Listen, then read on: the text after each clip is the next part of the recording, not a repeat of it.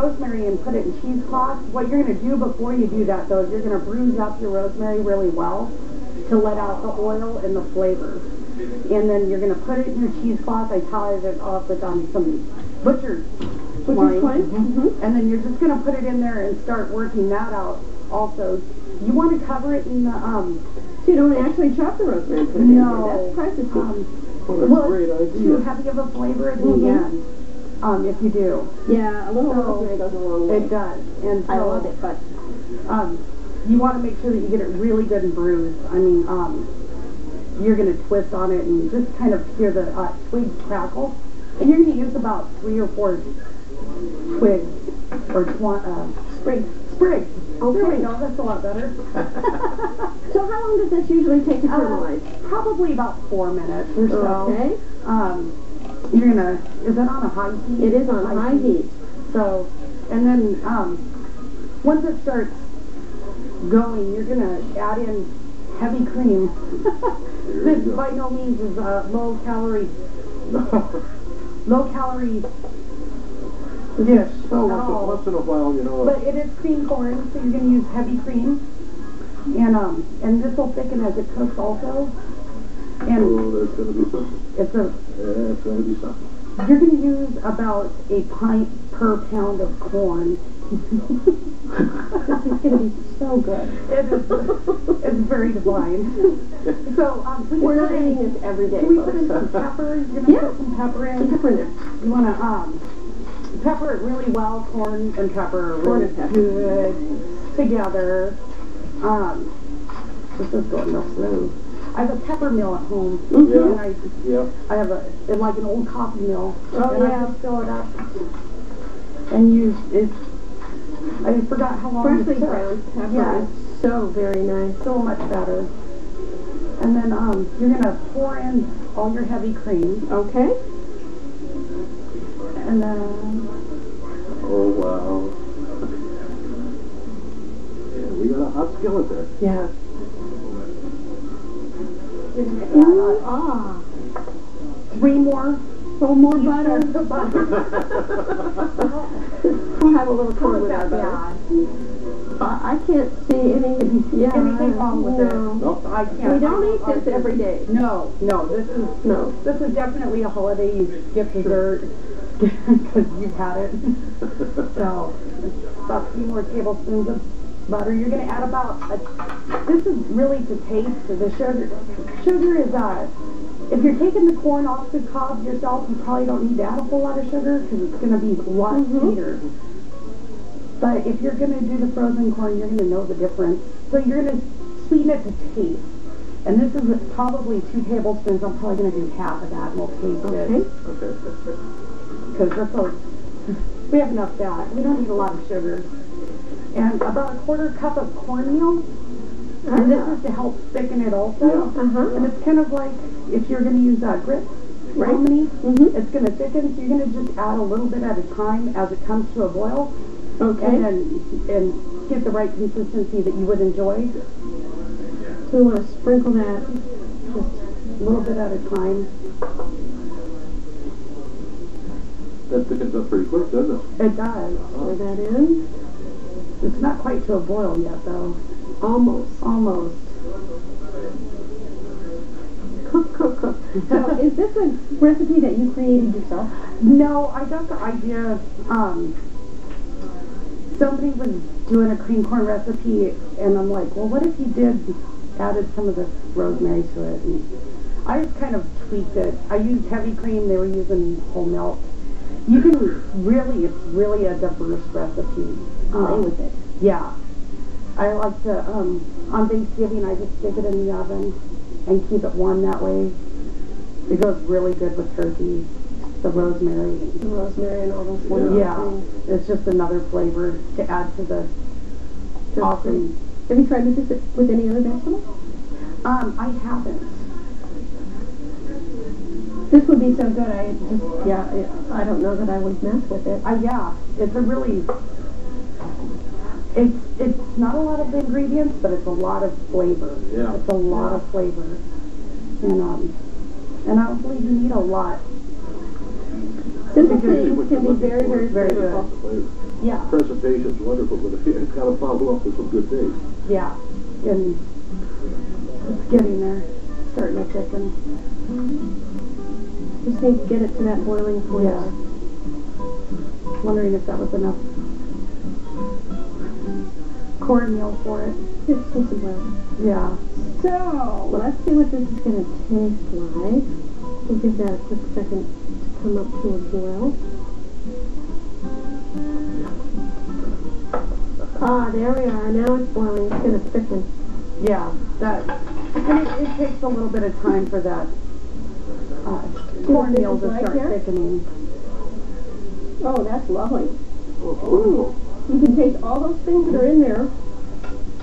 Every single thing. It's great. You're going to want this one, too. I don't know if you ever thought that corn could make almost a meal by itself, but this comes pretty darn close, and it's delicious. I didn't expect it to be so sweet Yeah. or so tasty. I don't know why, but I love corn and I love cream corn, but this is maybe the best cream corn I've ever had. It is. I always tell people you'll never eat it out of the can again. No That's way. a big possibility, by the way. Okay, Angela Peterson, thank you so very, very much. That was just wonderful.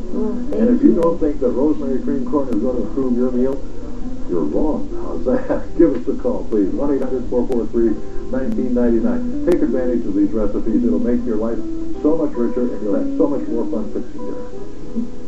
And that's true. This is great. Thank you. Wonderful.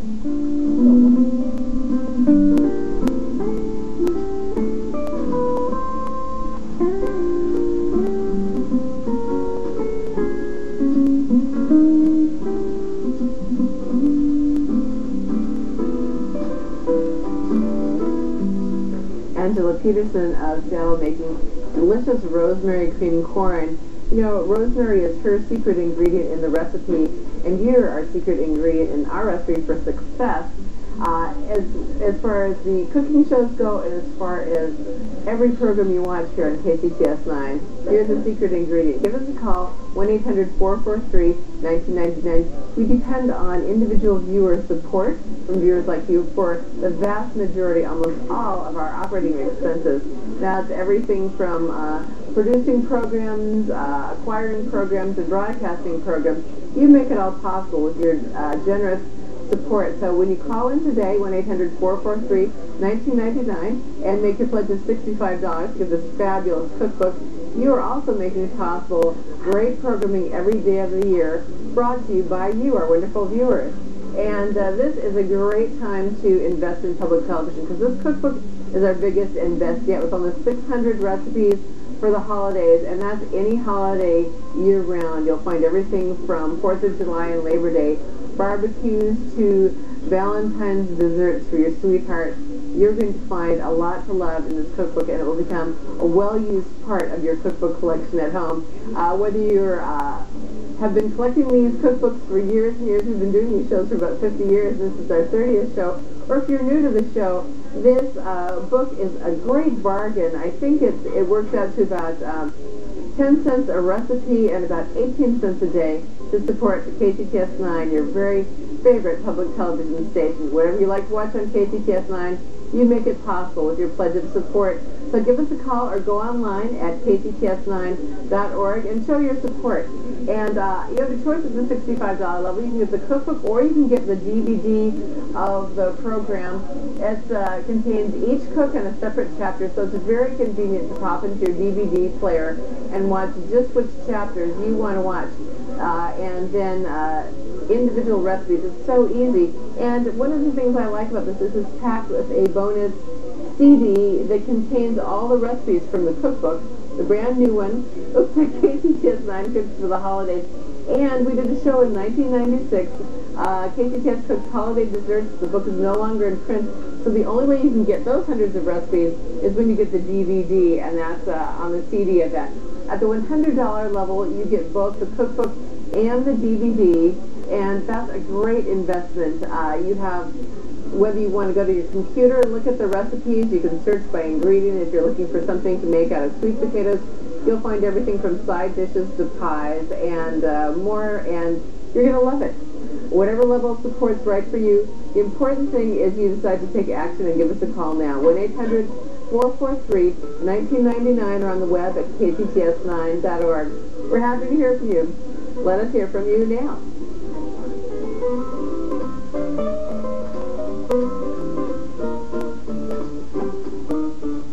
Living where we live, fish is a very, very important part of our diets, and that's why I'm so anxious to get to this next recipe. Kim Berto from Paulsbo is going to do halibut cakes with tarragon sauce. And halibut, I think, has to be my favorite fish, even more so than salmon. Now, don't hit. But really, halibut, I think, is almost a perfect fish. I have to agree with that. Yeah, Okay, one now, of my favorites. halibut cakes with tarragon sauce. We've got a lot of things in front of us. I guess we better get cooking here. Let's get started. Okay. First thing I want to do is get the halibut actually processed. Now, I've cut it already in 1-inch cubes. We're going to need that. Okay, I'll hold on to it. I'm just going to pulse it. I don't want to, we're not making cream of halibut. Okay. We just want it coarsely ground. And then I'm going to go ahead and take the bowl, and we're going to get a few other things mixed in with it. So 1 egg, and I need my rubber spatula right in front of me, of course. That's where it would be. Mayonnaise? Yep. Some mayonnaise in there. And then... Would it have to be mayonnaise, or could you use like Miracle Whip or something like that? You certainly could. I'm a Midwestern girl, you know, so that might be what I would use. And capers, yep, that are chopped. Oops, sorry. Garlic, yes. All the things, yes, that adds a lot of flavor to it. So first we have our binder with our egg and the mayonnaise, and then we have these flavoring agents. Yeah. Onion. And then salt and pepper and a pinch of cayenne, just a little bit of heat in there. We'll save this for probably the need later. I'm just going to mix all this together. And then we're going to add the halibut cakes right to it. Can you smell that? It does. I love the smell of capers together. And we also do fish. Oh, yes. This recipe was originally a halibut burger, which you could use it as a halibut burger. One of the great things about it is halibut can be a little bit expensive when it's out of season. And so I like to do this is make it into little appetizers. Oh, very nice. Small, so you can put them on a salad. And then you can make 1 pound go a lot further. Yes. So we can get rid of that. Lemon. Yes. And I love the yellow, all the zest in there. It's incredible. There's so much flavor. Pretty together, isn't it? It's just a coarse grind on that. You don't want to tear it apart. So this is when my favorite tool comes in handy. The gloves. The gloves, yes, they will keep me from getting completely messed up. And that was through it. And in it goes, all of it in the bowl. Okay. And I'm just going to mix this together. Are we going to do this again? No, we'll go grab the clean one there for tarragon sauce. So in it all goes together, and then I'm going to add, half a cup of panko. I love panko. For those of you who are familiar with panko, they are Asian breadcrumbs, Japanese breadcrumbs. Yeah, once you use them, you know, I find that it's hard to go back. Yeah, it's like a good wine. Yes. Don't drink good wine if you can only afford cheap, because you can't go back. Okay, so I am going to just form these into a couple cakes. Oh, you know what we've missed in here was our dill. Can I push that up in? Yeah, I can just do a really fast chop on that and drive those in as well. And then that would get mixed in. And there it goes. Just quickly mix it in there together. And gets formed into quick, easy cakes. So we're going to have halibut cakes. Yeah, and you can make them larger and make them burgers. You know, you could make these small and make sliders on little Wouldn't that be fun? Yeah, I think that would be really fun. With some sweet potato fries. Yeah, and tarragon sauce. That's next, right? Okay. So just like that, you form them into simple cakes, and this is where you can decide big or small. Big or small, right? whatever And then you chill these size. before you cook I them? do. I chill them for 30 minutes because that kind of binds everything together. They're much less likely to fall apart when Correct. cooking them if Yeah, they have that yeah. period of chilling. Yeah. So that's pretty much it. And we don't even have to do all these. Now, do we have some that are chilled, or are we going to cook Yeah, these we off? have some ready to go that I've been Okay, we chilling. have some in the refrigerator, George. Yes, we do. Or I sure hope we do. Well, I think we will. These are beautiful. I can't wait to try this. Yeah, that's just, Look what I it's found. very, oh, wow. This is awesome. I love it when it works that way.